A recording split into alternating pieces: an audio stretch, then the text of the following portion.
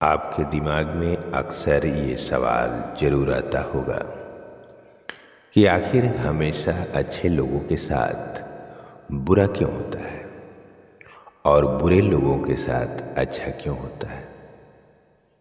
अगर कोई बेईमानी करता है और लोगों के साथ गलत करता है तो उसकी बरकत होती है, और सब कुछ अच्छा करने वाले, सभी का भला सोचने वालों के साथ हमेशा बुरा क्यों होता है। ये एक ऐसा प्रश्न है जो हर किसी के दिल में आता है।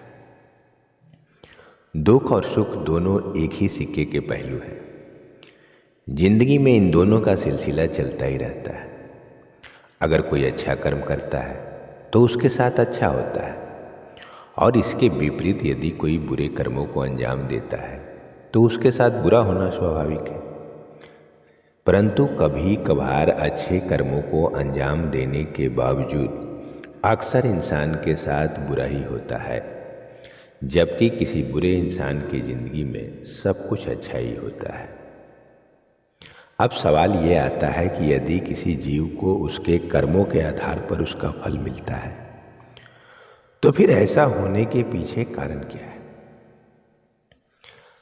हालांकि इसके साथ एक बड़ा सत्य यह भी है कि इन सारी चीज़ों से इंसान को कभी बेहद खुश या विचलित नहीं होना चाहिए, क्योंकि अंत में इंसान के खुद के कर्म से उसके भाग्य का निर्धारण होता है।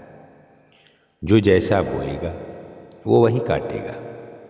अपने कर्मों का फल इंसान को निश्चित रूप से मिलता है, बस सही समय का इंतजार करना होता है।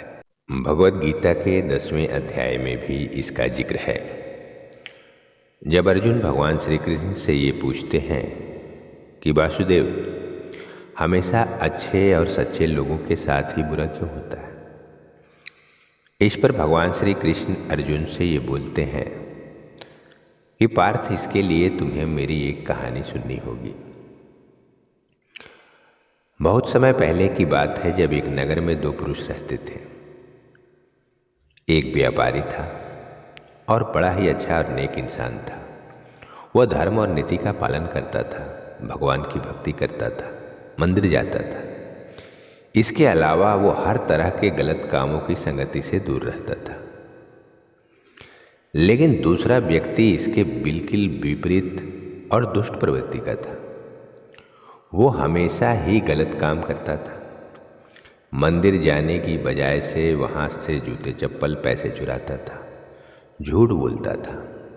एक दिन की बात है, बहुत तेज बारिश हो रही थी। उस समय हर कोई अपने घर में था और मंदिर में सिर्फ पुजारी जी थे। उस लालची व्यक्ति ने पुजारी को मंदिर में अकेला देखकर मंदिर का सारा धन चुरा लिया और पंडित जी की नज़रों से बचकर वहाँ से भाग निकला।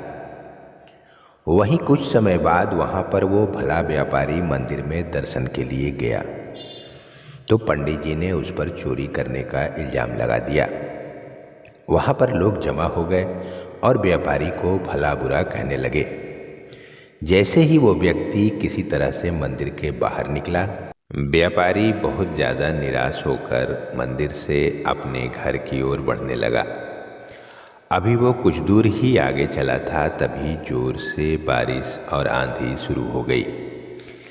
व्यापारी बचने के लिए एक पेड़ के नीचे छुप गया। तभी वो बड़ा सा पेड़ उस पे सीधा आ गिरा और व्यापारी बहुत हद तक उस पेड़ की चोट से घायल हो गया। व्यापारी अभी उस चोट से परेशान ही था, तभी उस पेड़ के पीछे से आवाज़ आ रही थी कि आज तो जैसे कमाल ही हो गया, आज मुझे कितना सारा धन एक साथ प्राप्त हुआ मंदिर से।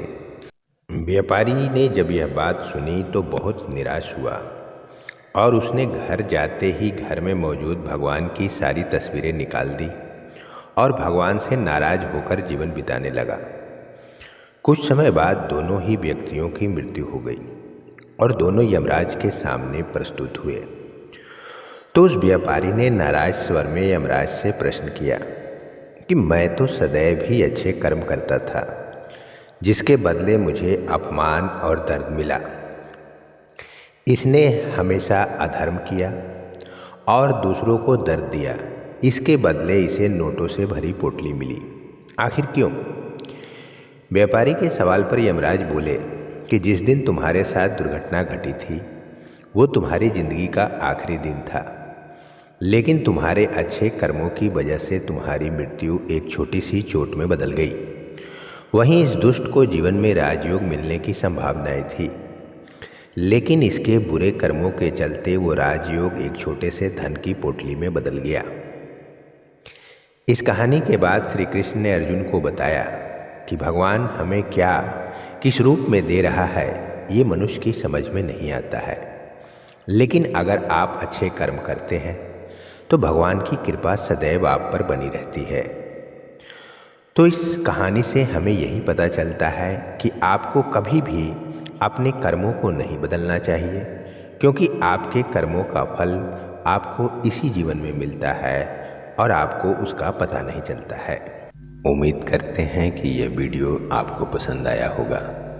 धर्म, अध्यात्म और जीवन के सत्य को जानने के लिए आप अपने चैनल दिव्यांश दीप को सब्सक्राइब जरूर कीजिए और इसे लाइक और शेयर भी जरूर कीजिए। और ऐसे ही ज्ञानवर्धक वीडियो को सबसे पहले देखने के लिए आप नोटिफिकेशन बेल प्रेस करना ना भूलें। जय श्री कृष्ण।